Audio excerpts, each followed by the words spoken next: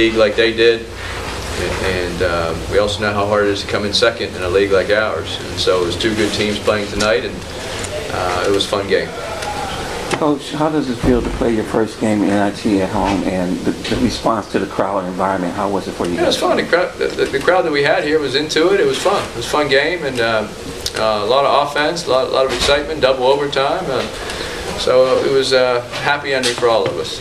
Jordan, what was it like just coming out tonight and playing after the disappointment I'm sure you guys felt the last couple of days? It was tough, but you know, life moves on. So we all talked about it in the locker room. We just had to get past it, focus on what was at hand, and that was our game tonight. What was your reaction on Sunday when you guys learned that you weren't going to get in? It was tough. It was tough for me. I thought we had a pretty good resume, but they made their decision, and now, like I said, we just got to move on. How did you feel toward the end of it? Towards the end of this game? It seemed like glad it's over. I was tired.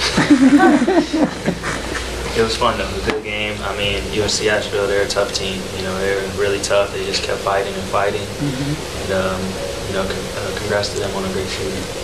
Is winning the NIT important to players? What's kind of your feeling kind of toward the end of the game? It seemed like you guys were playing pretty hard. Winning is always important. We always want to win. So, I mean, since we're in it, we said we might as well win it. So we're going to keep playing hard and trying to win every single game. When did you guys kind of decide that you wanted to hold it? Once we got in it, you know, we said we're in it. So, like I said, we might as well win. Jordan, can you walk us through the floater from the top of the key? I was just trying to get off a shot. It wasn't a good one, but it went in. It's one of those times I got lucky. Nick, what was your reaction on Sunday to the NCAA tournament selection? You know, like Jordan said, I thought we had a pretty good resume, and you know, it happens to be one of the biggest snubs in NCAA history. So, I mean, that right there speaks for itself. Andy, what went into the decision tonight with Chemezi, and how did you guys kind of learn about it, react to it? Well, Chemezi made a personal decision to not play. I think the statement was released today. Basically, it's a prevention of injury. He'll prepare for the NBA draft. He will get drafted. He should be a pretty high pick. And that was a personal decision on his part. As far as Chemezi goes, he has not missed a practice in 3 years. Hasn't missed a game. He's going to graduate in 3 years. Has a 3.1 GPA, and he has meant so much to our program. So that young man deserves to make his own decision, and we support him. You seem to be one of the most active people on the bench tonight as well. He's a great teammate, and he was excited for his teammates. I know he probably wanted to be out there, but he made the decision not to play, and I think he was more excited than all of us to watch and cheer on his teammates on. Jordan, it looked like kind of going into that first overtime, you guys kind of turned it on another gear. I don't want to say that you guys were just kind of coasting through the first part of the game, but was it just to kind of take that overtime for you guys to maybe snap out of everything else that's gone on? I guess so, yeah. I mean, we got off to a slow start, and we were just trying to keep it in the game in our hands throughout the whole game. And once that overtime came, we did kick it up a notch because we know what it takes to win. And so once we kicked it up a notch, we started to win. Was it difficult at all to adjust to the new rules for bigger three-point lines and quarters? How did that adjust? The quarters were challenging because the timeouts were at different times, and it was confusing. And when you have two halves, you're used to a certain rotation. You look up and you know when you should get players in and out of games. But when you have quarters and the timeouts are different, it takes some adjustment. So, but it's still 40 minutes. Actually, today was 50 minutes.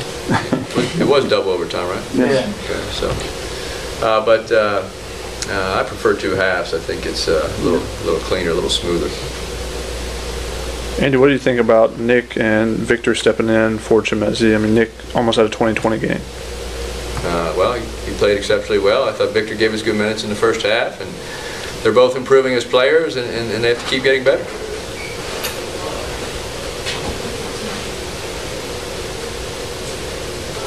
Nick, how did this game feel in terms of the number of minutes you played? It seemed like you didn't come out as much.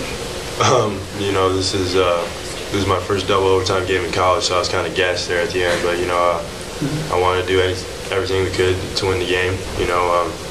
Like Jordan said, we want to end it on the highest note, and then NIT we want to win it all. So I just tried to do everything I could to just win the game. And if that meant pushing through and just being a little extra tired, then that's what I had to do. Let's do one last one for these guys. Andy, how proud are you of your seniors? Just like seemed like they're just refusing to give this one up tonight. They played great. We made some defensive mistakes, and we didn't have the defensive intensity we had last week in Las Vegas or the last part of the Pac-12 season when we led the league in defense. But that's understandable. We didn't play. We held Oregon State to 48 points, Oregon to 54. We played great defense against Arizona. If we didn't miss layups, free throws, and wide open threes in the last 8-9 minutes, we had a chance to win that game. And it certainly wasn't our defense. But tonight our defense was just very average, and sometimes poor. But the seniors, they stepped up. Jordan and Elijah and Shaquan, who's a redshirt junior, and Nick had a great game. So it was fun to watch. Like you said, they got down in the overtimes and came back, and it was an entertaining game, but we have to play better if we want to win our next one. But we're a little small right now without Chimezi and without Benny Boatwright, but we have to make do and play with who we have.